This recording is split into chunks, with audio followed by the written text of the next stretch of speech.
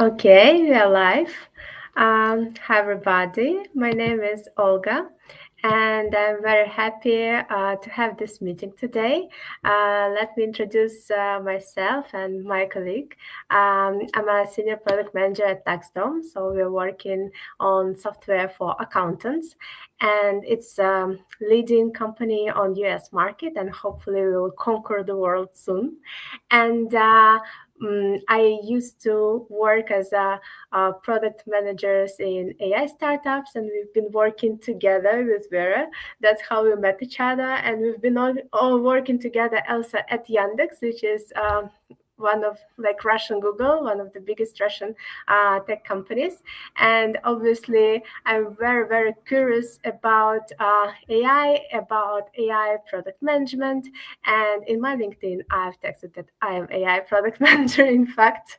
So, and how this idea I got this idea of the stream talking with my product manager friends, and we found out that having all this hype around AI, we really have FOMO about like, oh my God, I don't know anything, even though all of them, they are working on AI products. So I felt that immediately I need to invite Vera to talk with us and to explain that everything's okay or maybe not okay. And maybe we need to start learning something soon. So Vera, please can you introduce yourself? Hi, everybody. And Olga, thank you very much for inviting me. It's a great pleasure, and it is super nice to see you. Yeah, and to meet you. I'm Vera Alexandrovska, and I'm a product manager as well as Olga, and I'm specialized in building AI products mostly for the last, I don't know, actually maybe 7 or something like that years. And right now, I live in Zurich, in Switzerland, and I work in Enita startup. It's a Swiss startup. We build solutions for small, medium businesses to launch their website and to maintain their website and social media posts accounts, social media presence. So the whole digital presence for small, medium businesses. And of course, it was built on AI, so with AI tools. Yeah, so Yeah, and everything. Yeah, as usual, as any company nowadays, it's AI first company, right? yeah, yeah, Amazing, yeah. amazing. Thank you so much that you agreed agreed to join this live today. And let me explain our agenda. So Vera prepared the presentation, and I will give her the time to present all her thoughts. And I think it will be about like 40 minutes. And during the presentation, I think maybe I will make some comments as well to complement her thoughts. And in the end, I think we have about 20 minutes for questions. I have questions which I collected from my LinkedIn and from my friends who was interested in this live. And also, of course, we will have time to answer comments in live. And I would say that comments in live has the first priority for people who dedicated their time to come here today. Yeah. So yeah, that's the agenda. Okay, so we can start Yeah. with presentation. Yeah, and as we already discussed, please interrupt me and give your comments, ask questions. So because I think it would be more interested if it will be sort of discussion.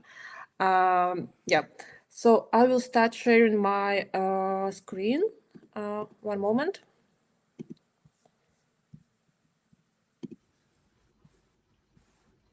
So I'm sharing my screen. Not yet. Not yet. Okay.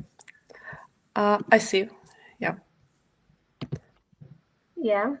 Not Yeah. yet. So it should work right now, I think. And Yeah. yeah. So it's working. Okay. Let's start. Let's start with this slide. So I wanted to start with discussing what is like really AI, because I think this term is quite a complex, and the whole landscape is quite complex. And actually, when we talk about AI right now, usually people think about generative AI, but the whole area is broader, and there are a lot of different things and products outside of generative AI. So that's why I wanted to start with clarification of terms and words we use. Then we say something AI. So first of all, it's generative AI. Generative AI is actually a small part, but very important part, but a small part in the whole AI landscape. Um, so for example, if we talk, so what is AI, let's say outside of generative AI and machine models, machine learning, sorry. So for example, it could be robotics, it could be some scheduling systems, like a supply chain system, road optimization system, all of the like robots and so on, like Roomba robots. And so it's AI as well, but there is like no generative AI inside, at least for now. And usually it's quite a complex, technical heavy products. Second of all, we have large landscape of machine learning products. For example, it's a recommendation systems, banking scoring, like credit scoring, computer vision system, natural language understanding system like smart speakers and so on. So a lot of different, again, a lot of different products, and we actually see machine learning models everywhere. So, for example, on YouTube, in Facebook, Instagram. So all of these products are already have AI actually inside, and we use it on daily basis, even if we are not aware of it. And next, small part of all of these models is generative AI models. For example, large language models as ChatGPT, image generation models, for example, diffusion models, as I said, like video generation and so on. So all of these like modern tools we use, and a lot of, as Olga mentioned, a lot of startups are actually building right now in this area. So this is like the whole landscape of artificial intelligence systems.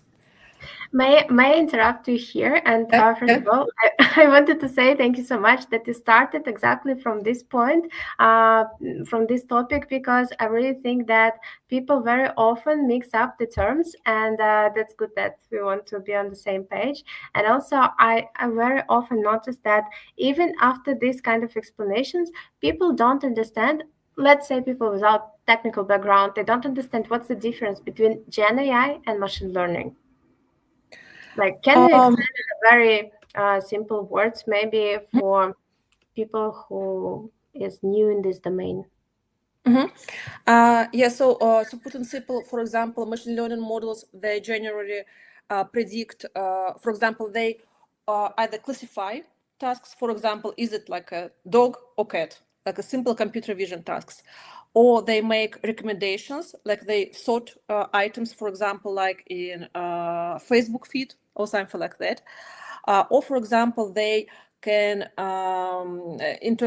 in example with banking scoring, they can predict, for example, this client, will he pay the credit or not. Yeah, so usually this sort of tasks. But generative AI, so why it's called generative? Because it generate, yeah, something. For example, it generates long or short text, or it generates videos or images. Yeah, so it just this difference, yeah, mostly. But models, of course, like models on the backend models are totally different. But why I think it's important to understand the whole landscape, because some basic principles, how we build model, how we like the whole models building pipeline, actually very similar. And even the models, like mathematics behind the models, are very similar. There are a lot of intersections and so on. So for example, let's say like optimization algorithms they use inside deep learning models. and so on. So there are a lot of intersections. Yeah, and the pipeline of training models are usually the same. So that's why I think that it's important to understand. Yeah, that's super cool. Thank you so much for sharing. And I think that it's always easier to understand, like for people who is not in this domain, to understand like, okay, machine learning works for recommendations, etc., for bank operations and generative AI, like creating text, videos. And Anna texted in the chat is transforms models, self-learning. So self-learning is, I think it's a good rule of thumb to understand like what is which one is which one. Thank you. Yeah. So let's continue on the next like step of our presentation. I wanted to discuss how PM skills set and skills are different between these domains.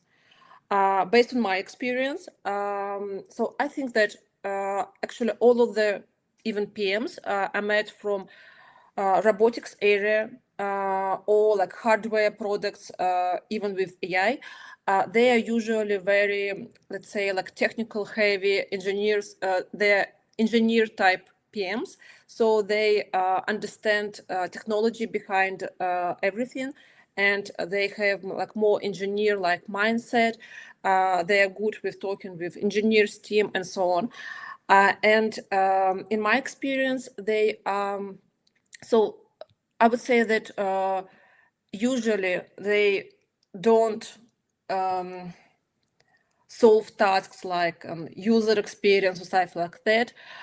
They deal more with, for example, tasks like how to build commercial model, how to sell products to some large companies and stuff like that. So this product managers from robotics area. Then I was thinking, what is a skill set for products for product managers in the area of machine learning?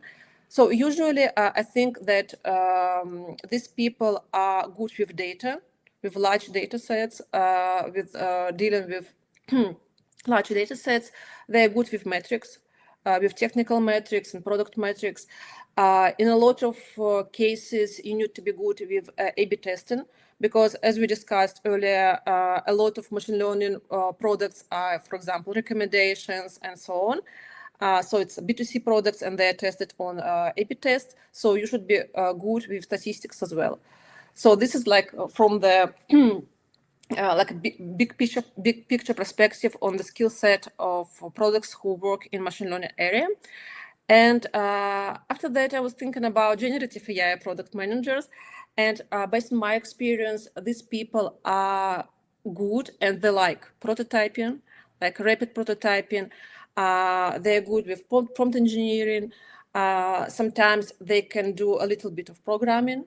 And as I mentioned, it's nice to have, it's not must, but it's better, it's easier to build some prototypes and test your ideas, models, if you can do some programming, but it's only nice to have, not a must. And of course, again, metrics and evaluation. So these are like a big picture of a skill set about different product managers from different areas. But we will dive deeper You know, afterward. I have a question here, and I think there is a huge confusion on the market, and probably eventually it will be resolved. But so far, like people like even if you see the position like AI product manager or like product manager who will be in charge of doing generative AI features, I think different people put very different meaning behind it. So someone like in some companies they expect from AI product manager to be to build the whole product, even like if we're talking about building AI features like without engineers.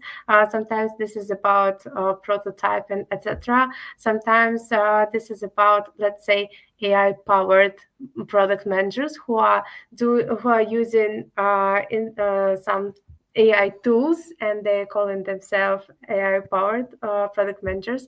So will you comment here like what is your position, what's the expectation of the product manager who works, let's say, on Gen AI features?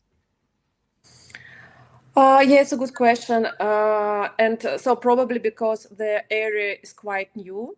And so that's why the skill set and the requirements are not like already set. But usually, so I think, I still think that Mm, I think that features should be built by engineers. It's better than they're built by engineers. But for example, product manager can do some prompt engineering, and it's good when product manager do some prompt engineering if you don't have enough like people force in the company. For example, in the case of startups and so on, I think it's why not? But I think that maybe the main task for product manager is to test early prototypes, to run early prototypes, to see if this feature makes sense or not, and so on. But if you need to build like for scale, it's better than it's done by engineer teams. Amen. Yeah, thank you. Thank you so much. Yeah.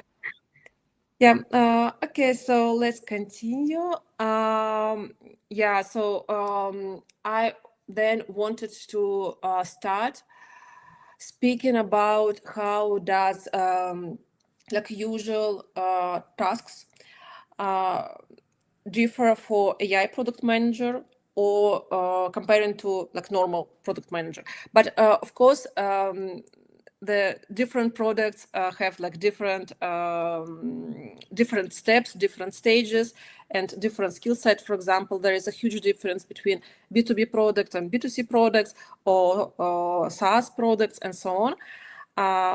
So I will try to see from the perspective of AI product manager and like all other um, products in general. So first of all, when we start building a new product or new feature, we start with prioritizing. For example, we have some ideas and we need to put it in backlog and prioritize. Usually, we use something like a RISE framework or actually other frameworks. It doesn't matter. Right now, for this presentation, I wanted to show how, from my perspective, all of these product prioritization frameworks should be like corrected a little bit or adapted for AI products. So this is the nice picture with nice bubbles. So what I wanted to show that so of course we will use RISE framework or any other framework, but we need to adapt it a little bit. So first of all, I think that then you prioritize your use cases or features and so on. You need to think if AI is good for this use case, because I think it's very important because in some areas, for example, cost of mistakes is very high. For example, in medicine and so on, the cost of mistake is huge, and you should think about it beforehand, because some of the like AI technology is not like suited for all of the areas, all of the different tasks, and so on. For example, generative AI models, for example, like a ChatGPT and so on, they're usually bad for calculations. They sometimes do some math, but still they're not like a super good in it. Sometimes it's better just to run code. And or for example, voice AI or conversational AI products, usually they're bad for handling long conversations. So for example, if you build a chatbot for ordering a pizza, let's say, then sometimes it's easier to have just usual user interface, like graphical user interface, and not to use like long conversational chatbot interface and so on. So I mean that I think that you should think about if AI is actually a good technology for building this feature for solving these customer needs. Because sometimes AI is not good for it. As I mentioned, for example, because in AI systems and in machine learning systems, there is always a possibility of incorrect output. So it's just the nature of AI systems, not only hallucinations, but other cases as well. So this is the first parameter you should consider, then prioritizing your ideas. And the second parameter, but it's not again a must, but I think that if you build, for example, like a new startup, you should think about it. Sometimes AI used for automating some routine tasks. So after implementing AI, you can reduce some costs and so on, and scale your product. It's good, but sometimes in some use cases, actually, you could benefit from AI like much in much higher scale. So, um, for example, one of example is TikTok. It's from the ground. It was built based on AI feed, based on like machine learning feed, and this is like the main feature of this product. So I mean that sometimes AI systems, they not only can automate some routine tasks, but they can um, do something that was really impossible beforehand.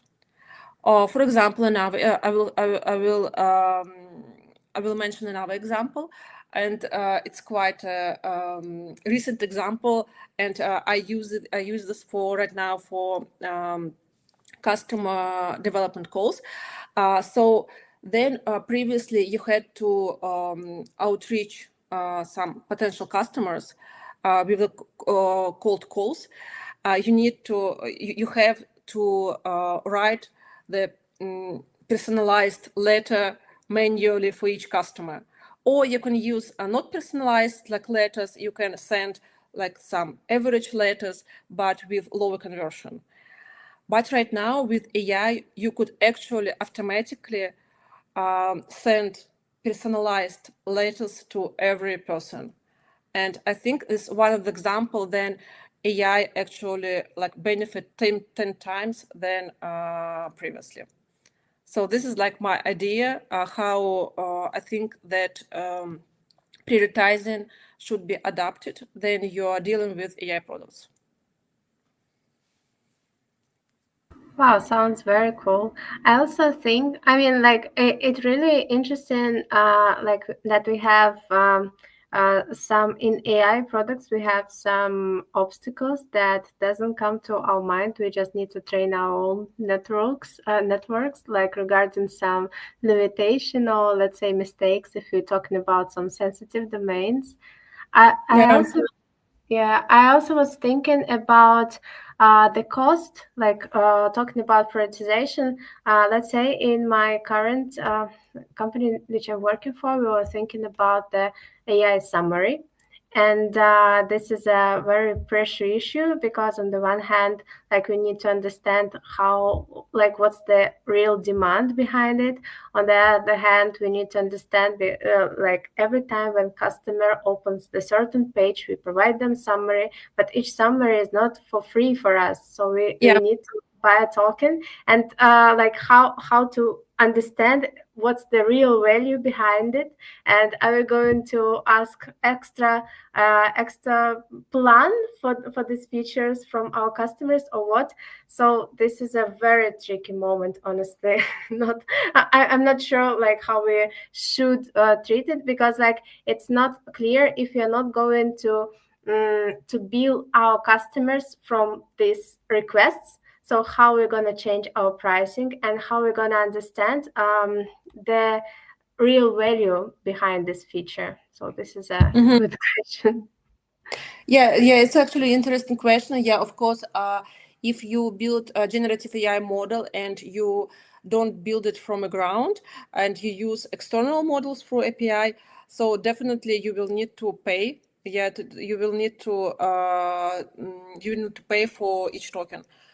Um, yeah, so I think that it should be added to the framework, prioritization framework, of course. Obviously, maybe, for example, then you, for example, in RISE framework, you have like a cost or cost of efforts. You can, for example, summer up this cost then, or you can do make a separate column for this costs. Yeah. Yeah, maybe in the future it will be rice something rice rice. Anna also suggested in the chat that the cost and latency and quality can be also added probably to the framework, or at least taken into consideration. Yeah. So I think that it's actually the thing I was talking about. If AI, for example, is good for this case, for example, some of the AI cases should they could be built like faster and cheaper and so on. So they will be higher on the prioritization, on your prioritization framework, on your prioritization table. Yeah. So all of these parameters should be added to the prioritization framework. Yeah, it makes all the things Yep. even harder, more Yep. complex. Yeah. So okay, let's continue. The next, the next thing I wanted to talk about. So we'll started with prioritization, and let's say we have picked some use cases, and we decided that we want to build this model. How does this model building, model training cycle works? So first of all, you collect data. Then you build a model, you train a model, then you test and evaluate your model. Even actually you use generative AI model from the external source, you still need to collect data in order to test and evaluate your model. But you don't, in this particular case, you will not train model because it was already trained. Yeah, and of course there will be deployment and monitoring, and then another feature. So the question is, how does product manager participate in all of these tasks? And more on this. So right now, so first of all, the first step was a task definition. I think that actually it's quite usual, normal task definition. So all of the things you need to collect to present to your engineer team. But in case of artificial intelligence and machine learning, you should explore and and add to definition of done criteria expected model quality metrics. So you should think about metrics on the first hand, because again, if for example, let's say you have to build a model with like precision of 90%, and after engineer team they built a model and they evaluated it and they saw that precision is lower, then we will not be able to build this feature. So that's why I think it's important to think about your expectation from a product perspective. Then you like define the tasks.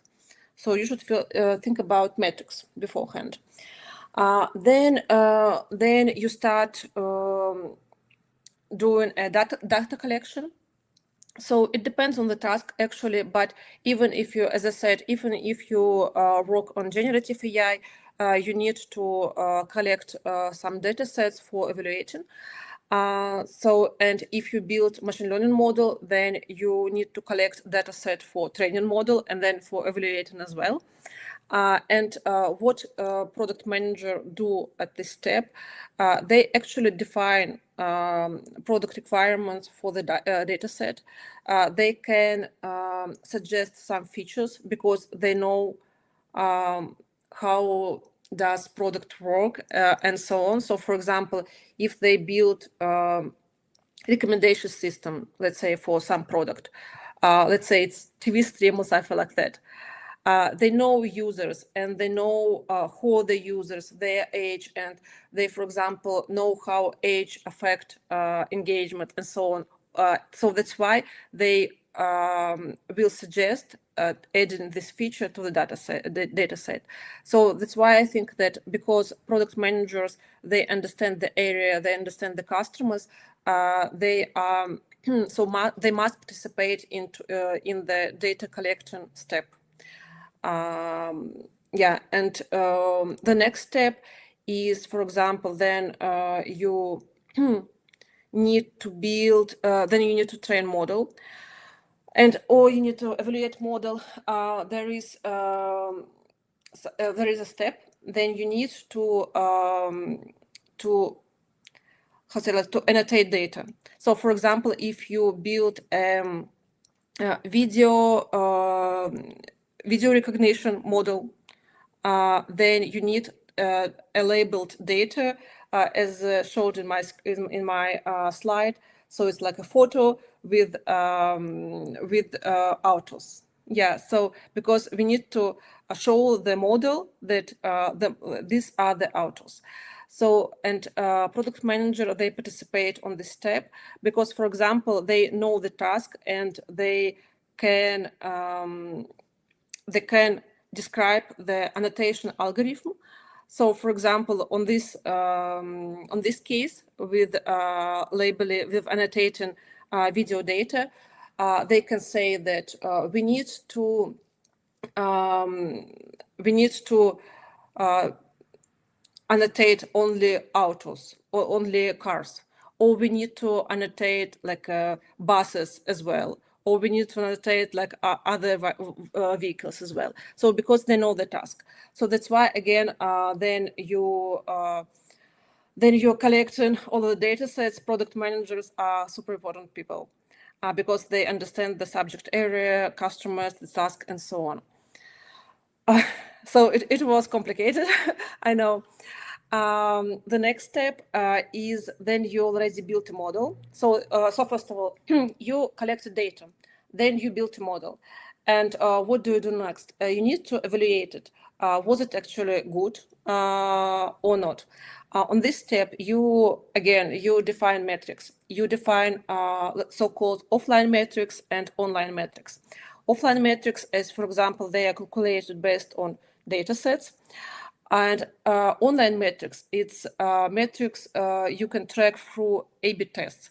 So, yeah, for example, if you build a recommendation system, you will track on the A/B test something like conversions, CTR, and so on. And it will tell you if the model is good or not. And the last step is monitoring. Then the model is already on production. You need to understand. Sometimes the quality could degrade of the model. So, for example, you train the model based on the past data, and something happened. I don't know. Traffic changed, and the model. So that's why the quality of model could degrade, and you need to monitor it.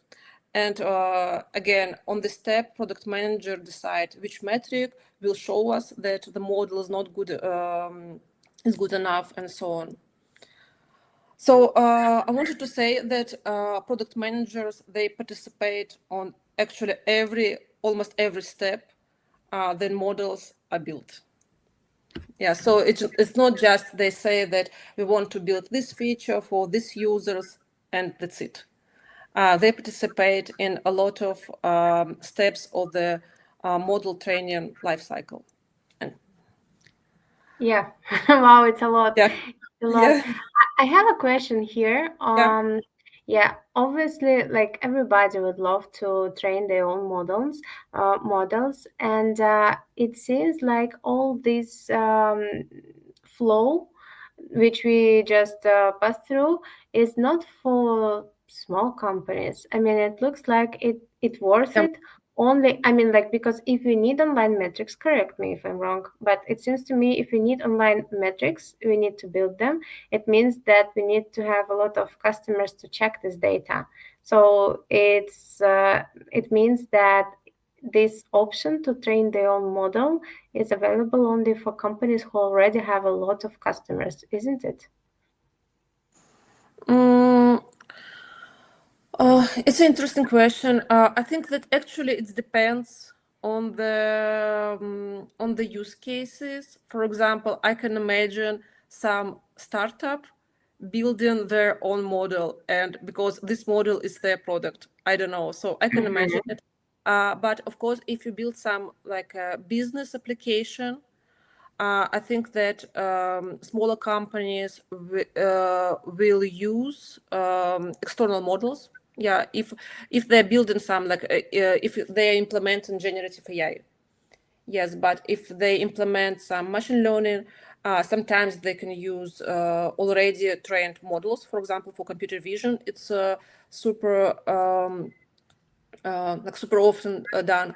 But yeah, but it's possible to train some small machine learning models inside if yeah, so if a task is simple.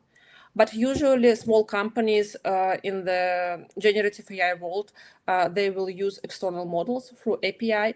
But even if they use external models, they need to understand if the model, I don't know, is good for them or not.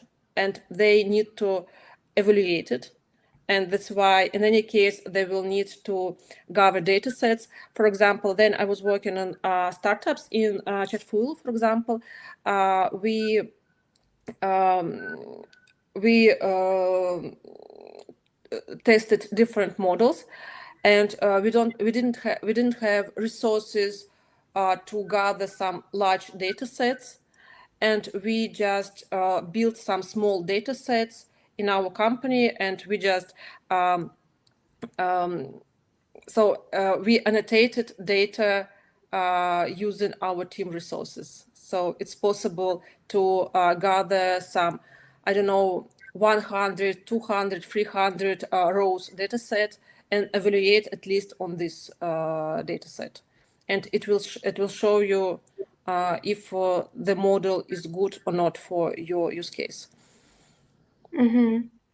Yeah, I'm just thinking like if this way is suitable for, let's say, B2B companies, which it can be a big business, not a small company, but still very limited amount in terms of A/B testing, amount of customers. So, Yeah, of course. I think A/B test it's only for B2C products. Yeah, yeah, of course. If you have like a smaller amount of traffic, then you will use another test. Like you will check other metrics and use different approaches, not like A/B. So A/B test only suited for usually suited for B2C products. okay. And I have a question here regarding like data collection. What's the what's the part of product manager here exactly? So, oh, by the way, yes, Anna says like you can use synthetic data as well. Yeah, yeah, synthetic. Actually, I wanted to speak about it, but I forgot. Of course, you can, for example, use synthetic data, and again, product manager. I think it's important person who can do it or at least participate in it, because can product manager like understand, I called it general population, but it's called like a customer base or ideal customer profile. So it understand the product managers, they understand the subject area, customers, and so on. So that's why they can um, they can define a task, for example, for gathering or building synthetic data, um, because these data sets should be like relevant or representative for like the for how's it called. So it should like reflect the actual data from your customers, even if you build synthetic. Uh, so that's why product managers, I would say that they build requirements for building these data sets, or sometimes they even can define tasks, or they build synthetic data sets by themselves. Okay, yeah, I think it actually aligns with my like a question that I was trying to ask. So let's say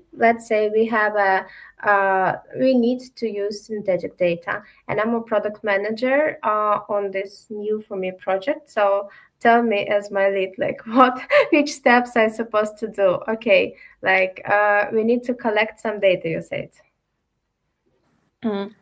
Yeah, so for example, so it will be easier to answer if we have some example. So let's say we are building some AI chatbot Mm-hmm. answering frequently answered question. So Mm-hmm. just a FAQ chatbot. And we need to evaluate the model if the model is good or bad for this use case or for our data. Mm-hmm. And we don't have like enough customer traffic and so on, so we don't know what our customers actually ask in this chatbot. But we Mm-hmm. have, let's say, I don't know, we have 10 sessions. Yeah. So we already know some 10 questions.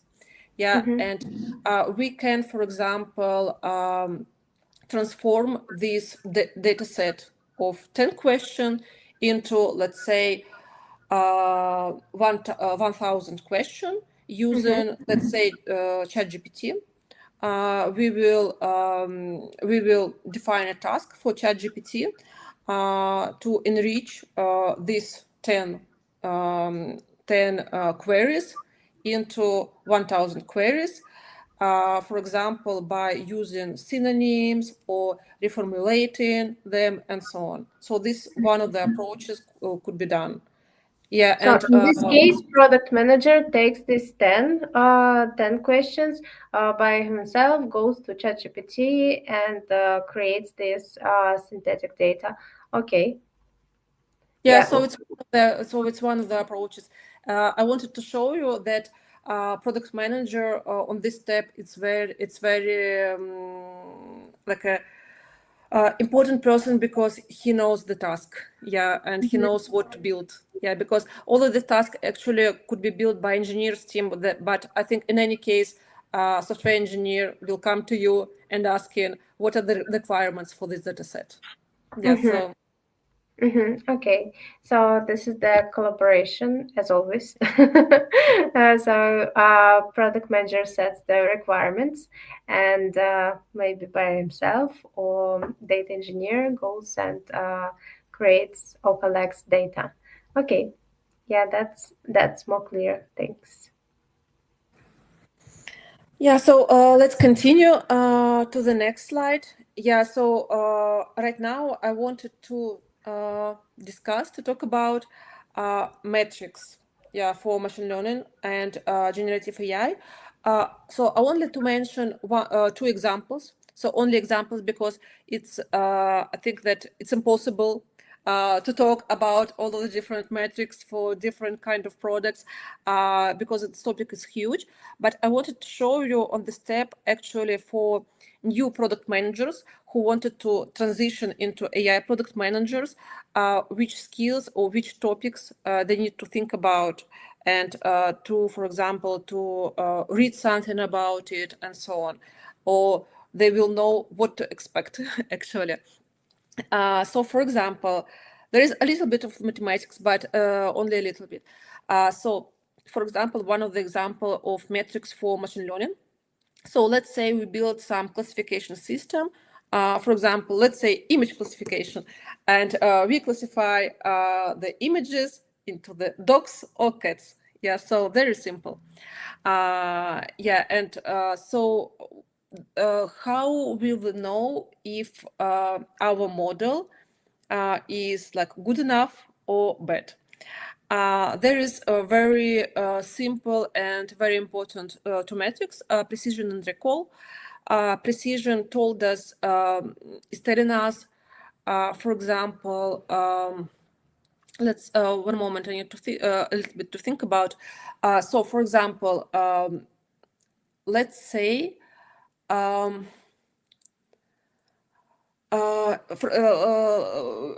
let's say image classification problem, cats or dogs, and the model output was that this is the cat, yeah, and the precision will told us actually the probability that this is the actually cat.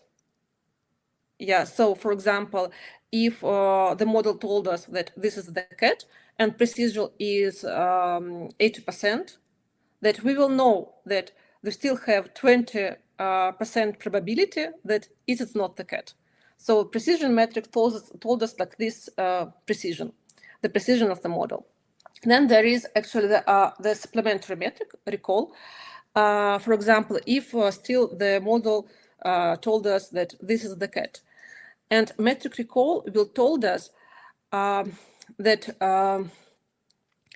for example, what is the probability that, one moment, that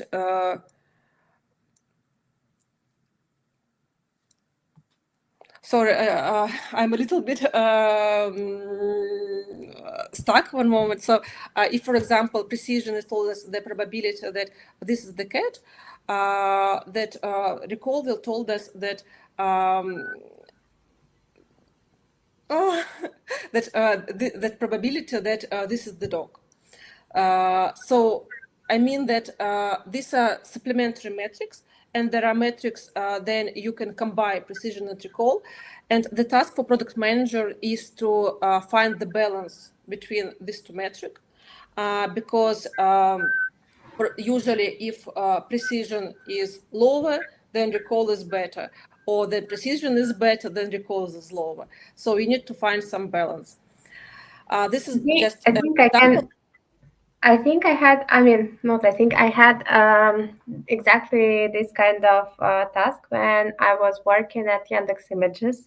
So this is Yeah, exactly what we are doing. We are doing classificator, and the task was to create classificator for furniture.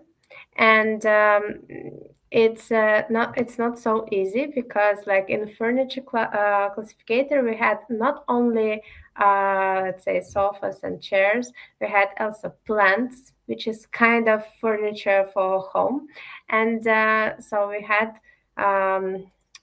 I think we had precision about 95%. And this was exactly the trade off because once it goes too high, up to 95, yes, the classificator is very accurate. And yeah, in our queries, there are no some random stuff like bottle or wherever. But the problem is that the amount of pictures was dramatically less rather than when we put precision like 95, 92%. So yeah. that's exactly the trade-off as that me as a product manager should define. So do I want to have like let's say 80 billion of pictures in furniture with accuracy more than 95%, or I want only 2 billion pictures and accuracy will be like close to Yeah, 100%. So this yeah, is yeah, and there are obvious sometimes if you work in some like sensitive areas, for example, in with some I don't know like drugs or some medical stuff and so on, then probably you will want your precision to be higher, but recall is lower. So it's all this finding the right balance for this particular use case. Nobody we will tell you that this metric is good or bad. For example, this precision is good or bad because it depends on the product. yeah. By the way, do you have any, I don't know, framework here or just benchmarks and best practice? Mm, I don't know. So framework. Yeah, I just can tell I'm how not aware. Yeah. Yeah, I think it's very not solved task, honestly, because the way how we treated this, we're just running A/B experiments, trying to find this balance. So we were running this like with the high Mm, precision, finding that okay, there are not too many people who really use this classificator because they don't see this picture. So we were trying mm, to find the balance like very manually. yeah. Yeah, actually, I just got your question. I think that sometimes you can actually transform these metrics into, let's say, like money or users, amount of users. So, for example, you can predict for some product that, for example, if some user will get not satisfactory output, for example, the user will be lost. So just an imaginary example, and you can like actually predict this like trade-off. Sometimes Mhm. not in any product, but sometimes you can predict, and based on this your finding, you can set the requirements for metrics. Okay. Yeah, thank you. Yeah. Okay, so next example. Actually, I still think that I messed a little bit on the recall because I'm a little bit stressed and it's hard to think in a proper way. So, but I think that our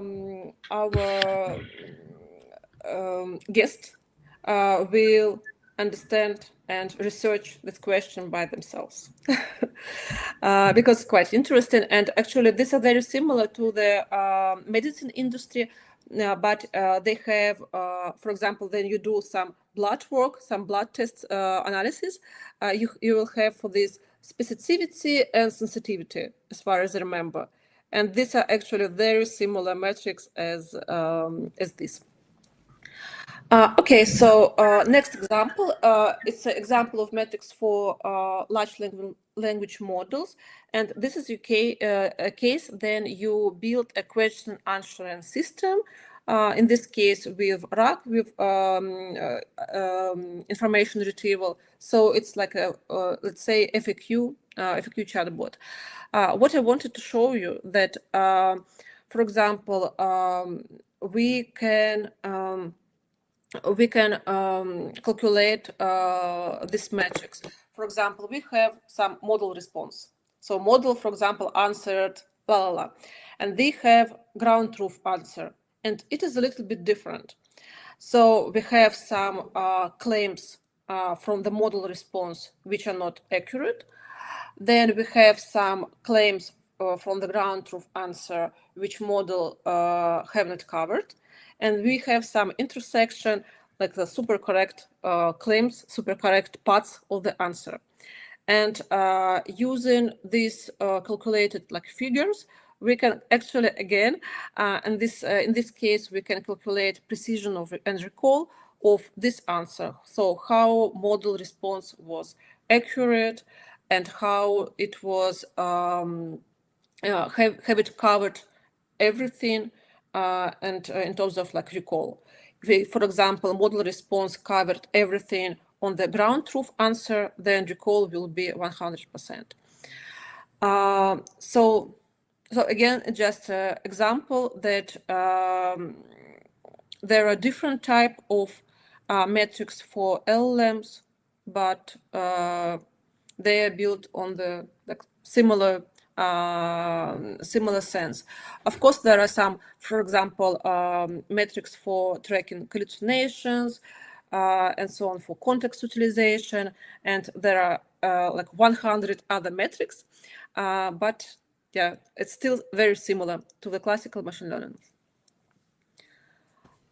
We can. I think that actually you had a question about evaluating generative AI model, as far as I remember. Yes, We can yes, I discuss right now, for example. Yeah. yeah, I think honestly, it's time to ask questions from people. And yeah, because it's almost 1 hour, and it's a very, very deep topic. And I have a question. What is your approach to define success metric for AI features, especially when quality is subjective? For example, summarization, recommendations, etc. Um, yeah, so first of all, I think that we should start all this, if it's possible, with metrics relevant, in terms of like users, if it's possible. So on the like user level, so similar to normal product. Um, then we can dive a little bit deeper and define metrics for machine learning, like more technical metrics for machine learning algorithm. For example, if we build some, let's say, summarization model, then there are different opportunities for us. So first of all, yeah, as in the slide, it's good if we have ground truth answers. So, for example, if you have a model for building summarization, if we have some ground truth summarization. So, if we have it, then we can track. There are some. There are actually a lot of different metrics for this. As far as I remember, they called something like Bleu and Rouge. So you can search it. They're the most like famous, the most frequently used. So metrics actually they show how your result of summarization is similar to ground truth summarization. Then, for example, if you don't have a ground truth, you can build ground truth dataset. For example, using some more expensive machine learning large language model. For example, you try to build or you're trying to train generative AI model from the ground. And you can use, for example, I don't know, some the latest ChatGPT model, latest ChatGPT, to create a ground truth data set and then compare it. This is one of the approaches. And actually, why I think that it's important to calculate these metrics, because they are widely used across industry. And for example, if you calculate the figures, you can compare it with other companies, I don't know, ask your friends and so on. And you can understand, like evaluate for yourself, is it a good result for summarization or not? But I think that even better approach is to use, for example, so-called human in the loop, or sometimes LLM in the loop. If you don't have enough resources for manual annotation, you can run some sort of research. For example, you can using some services like Amazon Mechanical Turk or something like that, or Yandex Toloka. You can use this kind of services for. Then you ask people, like a lot of people, for example, if this summarization was good or not, and even they can, I don't know, they can make a score. So, for example, it was 4, or it was 5, or it was 1. Yeah, so they Mm-hmm. can even some score, and you can, after evaluating all of your data set, you can see is it was good or not. Or even like I'm thinking about like the next approach. You can use, for example, you can evaluate your model against, let's say, ChatGPT. So you can use human in the loop, this annotation service. So you after that you will have some score for your product, and then you can run almost the same thing, but for ChatGPT, And after that, you will have the figures. For example, the ChatGPT will give you, let's say, 4.5 score, and your model gives you 4.8 score. And so you will see that your model is better than ChatGPT for summarization. So there Mm-hmm. are different approaches based on that. Do you have a ground truth or not? If you don't have, then it's better to build it and calculate some basic metrics for summarization, like Bleu or Rouge. You can Google it. Yeah, and after that, you can use some human in the loop to evaluate your product against some uh, like a state of art, the most expensive model.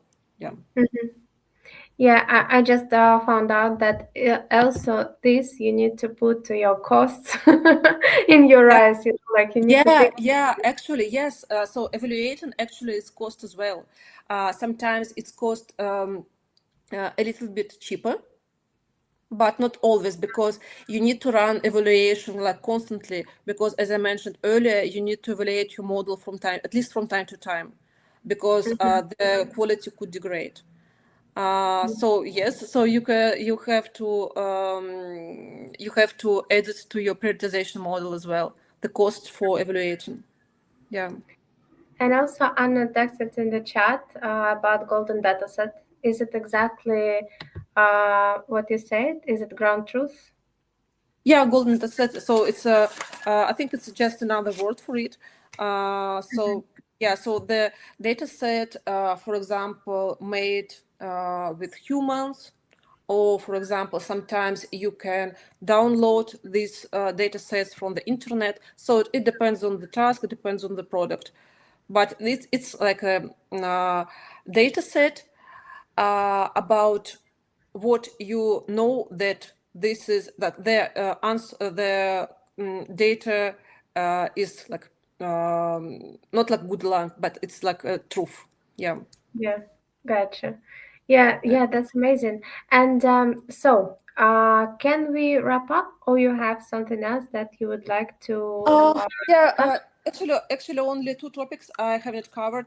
I wanted to told a little bit about public benchmarking for generative AI models, but it's again the topic for evaluating different models. How can you evaluate and see if model you use good or not?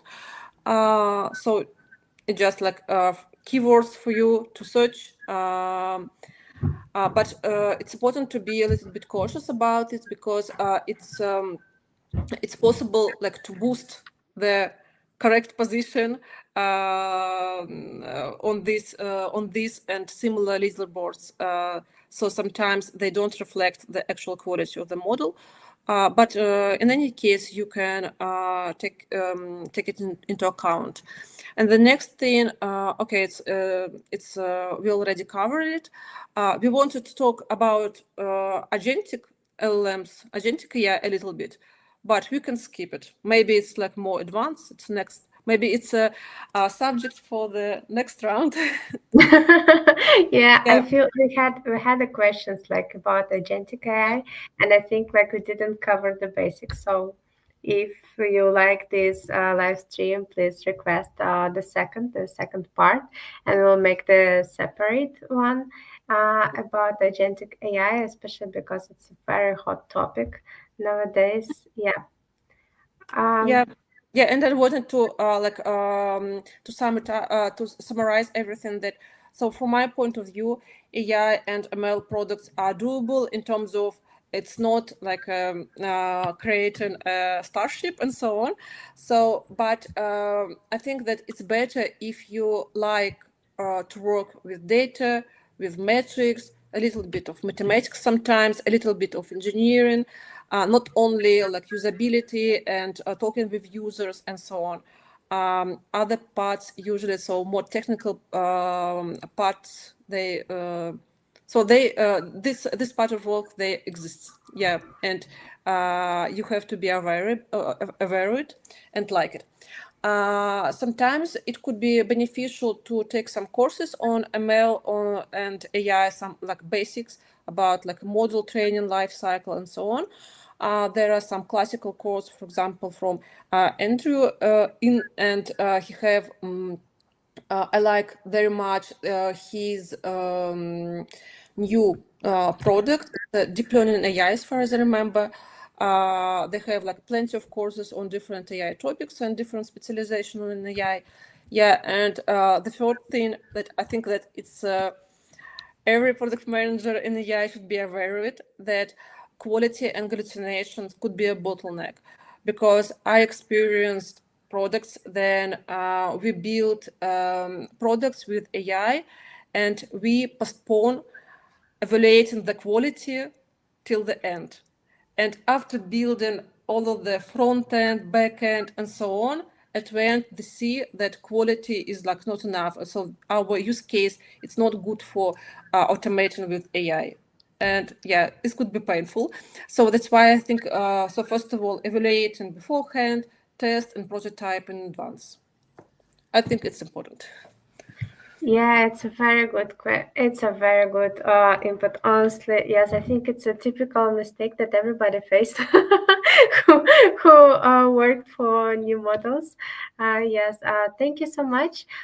In fact, I've just reread the questions that was collected from LinkedIn, and I think that you answered most of them. Maybe. Yeah, the last one. How should I prepare for an AI PM interview? So let's say that the person never worked for as AI PM, as a product manager of AI products, and they want to prepare to the interview. So as a first step, probably to take that course that you suggested. Maybe something else. What would you suggest? So I still think that for product managers, the most important thing is like understanding the customers and so on. So to build the product market fit. So I experienced during the interviews. So they usually ask this kind of products or this kind of questions. So it's like a normal product managers questions, normal product managers use cases. But I experienced several times that they give you some tasks like at home to solve at home, for example, to build some prototype and so on.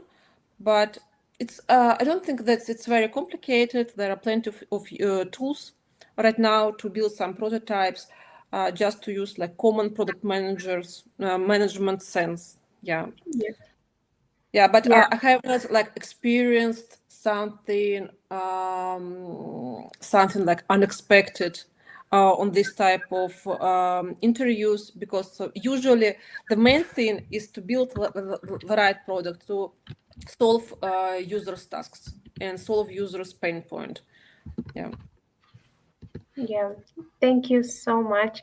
And by the way, yes, I forgot just one thing that almost in the beginning of the stream, Anna texted in the chat that she read about three types of product managers. So AI in haste, the one who uses AI tools, lovable, Replit, etc.